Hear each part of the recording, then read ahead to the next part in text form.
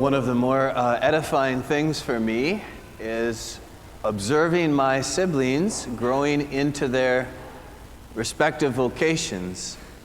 Certainly their primary with their spouse, and just seeing how that goes through seasons and deepens, has to overcome certain adversities and goes deeper. But then also as parents, when they're open to life and then sort of learn.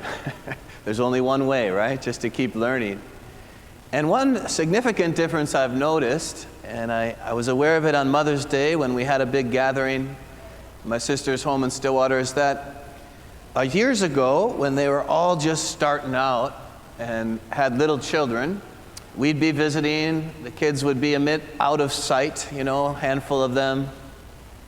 And invariably, one of them would come running, shrieking, crying,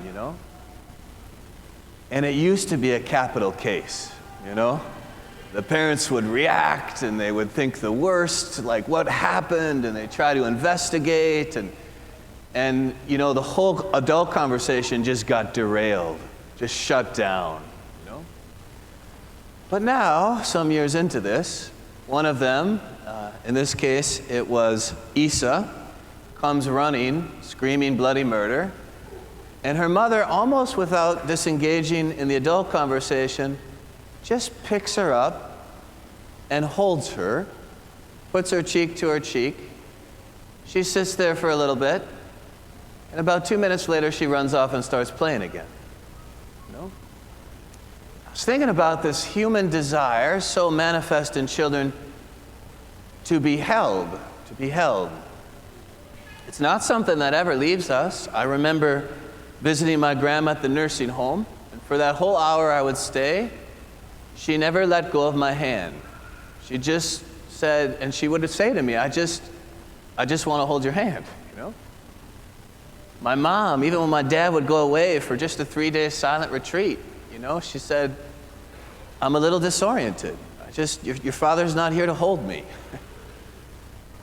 In the 2nd century, when St. Irenaeus wanted to describe the mystery of God that you and I set our gaze upon today with great reverence, he described the Son and the Spirit, very simply, as the two hands of God reaching down to embrace us and to hold us to the Father's heart. Two hands of God reaching down to embrace us and to hold us to the Father's heart. Now, it would literally be 2 centuries before all the doctrine, the dogma, the definitions, distinctions of one God, 3 persons, the Trinity. It's made it into our creed, consubstantial with the Father. And all that is not unimportant. Because if we're not worshiping the living, true God, then, we're going to go off the rails. It matters. But I want to bring us back to St. Irenaeus' simple description of the Father, the Son, and the Holy Spirit, because I think it actually holds a pride of place in God's revelation. In Isaiah, he will say, I am the potter, and you are the clay. It gives us a sense of wow, so the whole goal is, how do I remain in the hands of God? How do I let my life unfold within the creative hands of God? Or arguably, when Jesus wants to bring us to the heart of what he's revealing in his person, some will call it his, Magna Carta parable, the prodigal son. Where are we left? The son comes home, he has nowhere else to go, and instead of just being tolerated or sent away, we're told he's embraced by the Father. He's hugged and even caressed and kissed. This is so important. This is like the heart of God being revealed to us. You've heard me argue that this Sunday, it could be argued, that is more important than even Christmas and Easter and Pentecost last week. Why? Because in all those liturgical feasts, we are thanking God in some way for what He's done for us. And that's important. But today, we just approach God and contemplate Him with praise and thanksgiving for who He is. Like, not who we think He is, not who sometimes we mistake Him to be, but who God has revealed Himself to be. Father, Son, and Holy Spirit. Now, I want to bring you to this first reading as just a way of saying how important this is. This is arguably one of the most decisive moments in the formation of those chosen people. Why? Well, what happened right before this? God's led them out of slavery in Egypt. He's leading them to freedom. But Moses goes up on Mount Sinai the first time to receive those 10 commandments. And apparently he was a little delayed. You remember what happened next? They said, we're going to make a god for ourselves. We're going to make an idol. The golden calf. Arguably the most talk about flipping someone the bird, huh?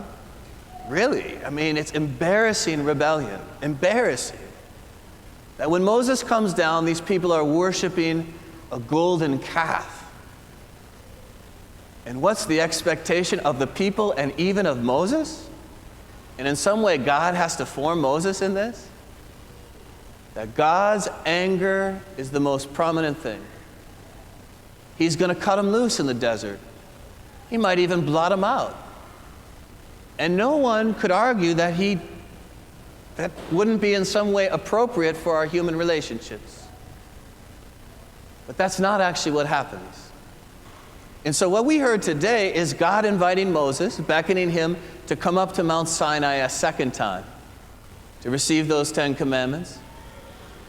And in that encounter, he reveals himself to Moses. And he says, I'm slow to anger. And he actually proclaims his name, Lord. What does that mean? It means he's giving Moses an experience of who he is. Like his very character. This is who I am. I am the source of being. You have being in me. You know, sometimes when I go to pray, because I know I'm supposed to and I need to, I've got enough learned knowledge of that, but I go and I'm disoriented and I don't know where to begin. I don't know how to approach God. I'm a little I don't know, numb or turned around or distracted. What I found so helpful is actually just to pay attention to my breathing. Because the truth is, I don't have the next breath unless God holds me in being. So that very breath can connect me to the base fact of my existence. And then I say, oh, there you are. You were always here. I just got spun around. And then what does he say? He says, I'm full of compassion. That's the literal translation. I'm full of compassion. Jesus will break this open with his own heart pierced on the cross. With the parables, he's basically pleading us to say, no, you're misunderstanding the Father. Remember, his heart, we're literally told Jesus' heart was moved. It was turned upside down. It's what happens to a woman in labor by the sight of the crowds. He had pity on them. He moved towards them.